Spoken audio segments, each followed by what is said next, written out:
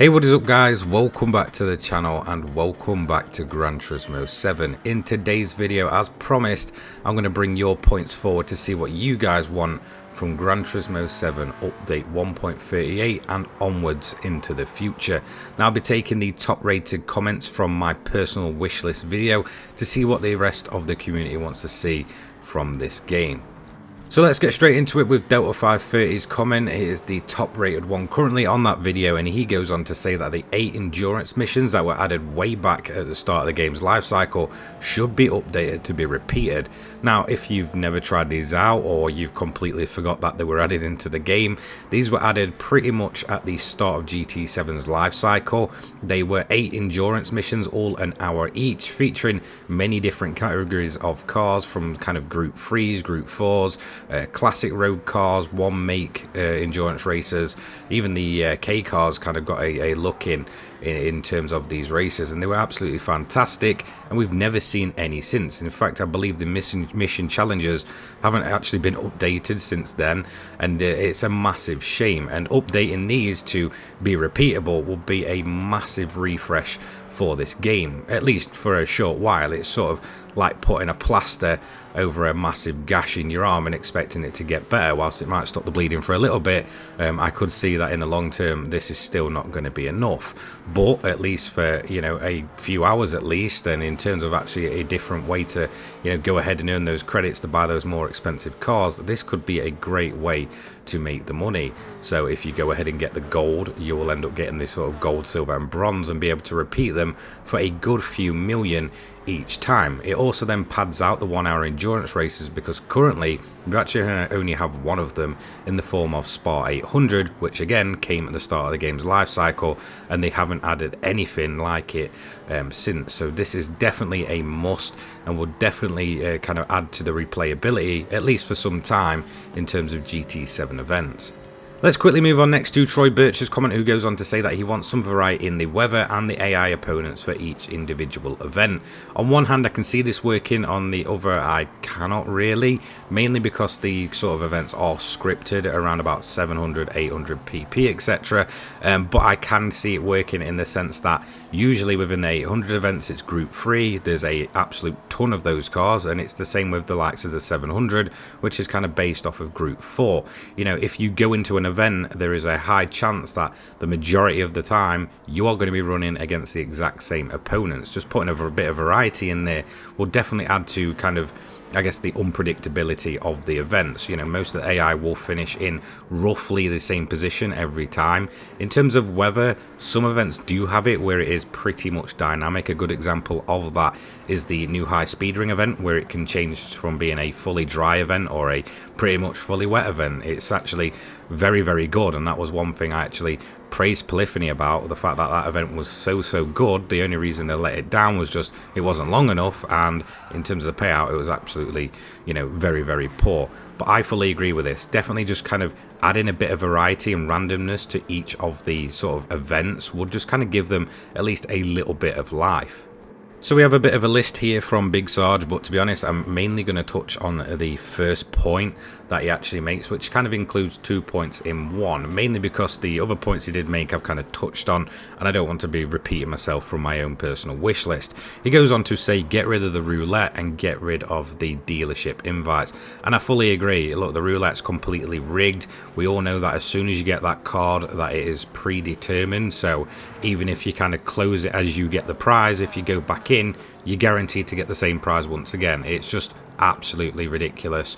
Most of the prizes are kind of rigged to the lowest amount and will constantly go to the top left. You're pretty lucky if maybe a couple of times a month you actually get anything other than that top left, and you're pretty lucky if you get anything other than the minimum prize.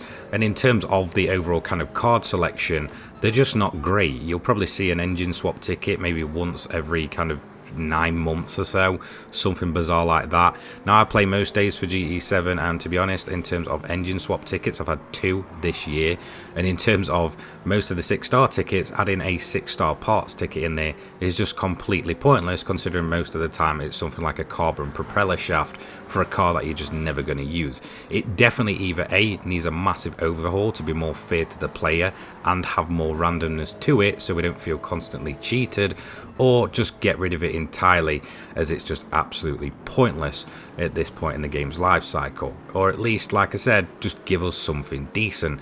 In terms of dealer invites, this is definitely one I want to touch on, mainly because they are absolutely outdated and pointless at this point in the game's life cycle once again. If we look at some of the cars, you have the likes of the Aston Martin Vulcan, Bugatti Veyron, all requiring an invite to be able to go ahead and purchase. However, we've then since after launch had things like the Aston Martin Valkyrie and the Bugatti Chiron that don't require them. It's just rather quite bizarre that, okay, some dealerships haven't been updated, so their kind of special cars still kind of, I guess, count in a way. But then when we kind of compare the likes of the Aston Martin Valkyrie to the Vulcan and the Chiron to the Veyron, not needing, you know, a kind of dealership invite for them just kind of makes no sense at all. And they have proven that they can get rid of it, considering that as a sort of, I guess, apology when the game first released for its awful state, that they did kind of unlock them for 28 days for anyone, meaning that everybody early on in the game could go ahead and just grab them without the need for an invite. So it does prove that they don't really need to be there, and I'd certainly stop locking cars behind some sort of RNG paywall when, to be honest, people have probably been paying this game for like nearly a year and probably never seen a single one of the Ferrari invites, Bugatti invites, etc. Definitely need them removing. Moving on next to Solace City, I've kind of skipped a few kind of the top comments because it sort of repeats and mirrors exactly what I went on to say in my original video, but he does say bring back race modifications for road cars.